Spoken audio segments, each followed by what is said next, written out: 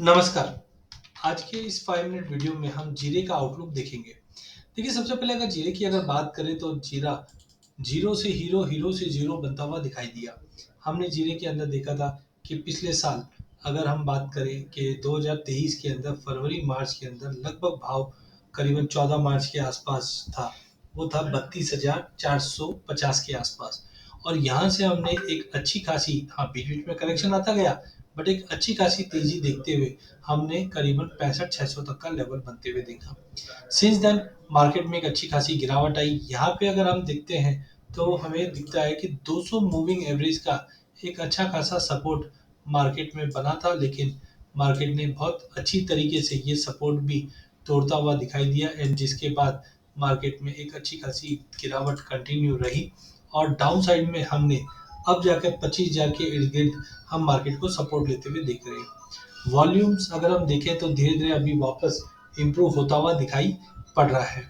अब आज का जो ये सेशन है उसमें अगर मैं बोलूँ मार्केट में बहुत तेजी है, मंदी है, तो बिल्कुल भी है। एज ऑफ नाउ आप अगर आप देखते हैं तो सबसे पहले देखिए, इतनी बड़ी गिरावट के बाद मार्केट में एक रेंज बाउंड एक्टिविटी बन रही है क्योंकि इस बार क्रॉप साइज डबल है, 1 करोड़ के ऊपर है।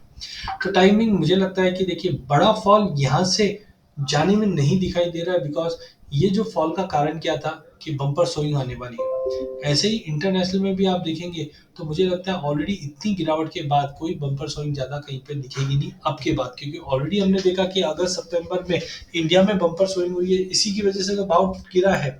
तो टाइमिंग मुझे लगता है कि प्राइसेज़ में एक बॉटम बन चुका है जो लगभग 23,000 का है। बट फिर भी अगर मैं पकड़ के चलूँ पिछली बार के लो को, तो मुझे लगता है कहीं न कहीं 22,000 तक का एक बेस बन चुका है मार्केट में जो स्ट्रॉन्ग सपोर्ट का काम करेगी। अब यहाँ से अगर मैं थोड़ा-सा बड़ा करके दिखाता हूँ तो आप देखेंगे कि यहाँ पे स्लोली ऐसे टेक्निकली मार्केट सपोर्ट कर रहा है। बट एज़ ऑफ नाउ हमें लगता है कि 28,250 से लेकर नीचे में 23,000, ये जो दायरा रहेगा, इसी दायरे में मार्केट एक बार ट्रेड करता हुआ दिखाई देगा। क्योंकि as of now arrival pressure की वजह से मार्केट में दबाव है, लेकिन दूसरी ओर ये भी सोचिए कि फार्मर क्या इतने निचले स्तर पे माल बेचेगा? जैसे कॉटन के केस में हमने देखा था भाव नीचे थे इसलिए फार्मर नया माल लेके ही नहीं आ रहा था पिछले साल। इस बार नो डाउट मार्केट में अराइवल प्रेशर था। तो टाइमिंग मुझे लगता है कि अराइवल प्रेशर जो हम बात कर रहे हैं वो इतने ज़्यादा नहीं रहने हैं और प्राइसेस को एक बेस मिल सकता है। अब मैं आज का जो सेशन ले रहा हूँ उसके अंदर ले रहा हूँ टाइम फिबो।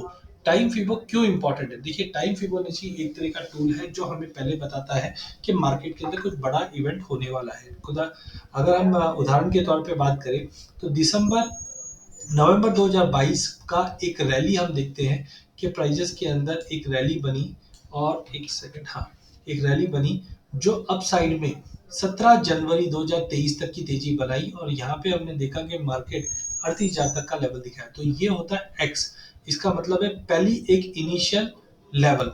इसके बाद ये ऑटोमेटिक फिबो लेवल बन जाते हैं जिसका हम आगे का आउटलुक देखेंगे। तो आप यहाँ से आप देखोगे तो जैसे ही ये लेवल बना इसके बाद मार्केट करेक्ट कर गया।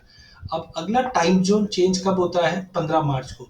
अब जैसे ही ये 15 मार्च को टाइम जोन चेंज होता है मार्केट में तेजी आ जाती है और ऊपर में लगभग हमने 50,000 का भाव 49,700 तक का भाव देखा। फिर टाइम जोन वापस चेंज हो जाता है तो मार्केट में गिरावट आती है, बट फिर से रैली अप कर जाती है। तो कुल मिलाकर हमने ये टाइम जोन में भी एक बड़ी तेजी देखी और एग्जैक्टली ऊपर में हमने 65,000 के लेवल को छूते हुए देखा। जैसे ये टाइम जोन चेंज हुआ, इस टाइम जोन से लेकर यहाँ तक मार्केट में हमने एक अच्छी खासी गिरावट देखी। आप देख सकते हैं, एक सेकंड,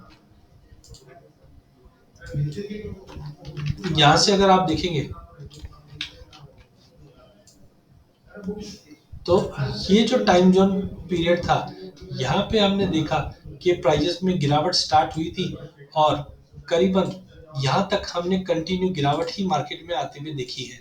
तो हमें लगता है कहीं ना कहीं अब ये टाइम जोन से मार्केट के अंदर, एक सेकेंड, ये जो पीरियड में गिरावट आ गई इसके बाद से टाइम जोन में हम चेंज आते हुए देख रहे हैं और यहाँ से मार्केट एक पॉजिटिविटी के साथ ट्रेड करता हुआ दिखेगा। तो जीरे के अंदर अगर हम बात करें तो सितंबर से जो गिरावट आई है कहीं ना कहीं 6 मार्च से अब यहाँ से टाइम जोन चेंज हुआ है जो हाई पॉसिबिलिटी है कि यहाँ से हम रिकवरी देखें, लेकिन डोंट एक्सपेक्ट कि इमीडिएटली बहुत बड़ी रिकवरी आ जाएगी। हाँ, ये जरूर है पहले 28 साढ़े 28,000 तक का लेवल रहेगा क्योंकि इस बार माल ज्यादा है, इसकी वजह से प्राइसेस में दबाव बनेगा। लेकिन एक बार 28,500 के ऊपर होल्ड कर गया तो हम आराम से 32,500 से लेकर 33,500 के जोन में जाते हुए दिखेंगे। टेक्निकली भी अगर यहाँ पे आप देखते हो तो मैकडी अब पॉजिटिव में आ चुका है। नीचे में हमने 16 जनवरी से देखा था, जिसके बाद मार्केट कंसोलिडेट करने लग गया था, गिरावट फर्दर नहीं आई और अभी भी ये बुलिश है। साथ में वॉलिटिलिटी, पहले वॉलिटिलिटी खत्म सी हो गई थी, अब ये वॉलिटिलिटी वापस लौट रही है मार्केट में।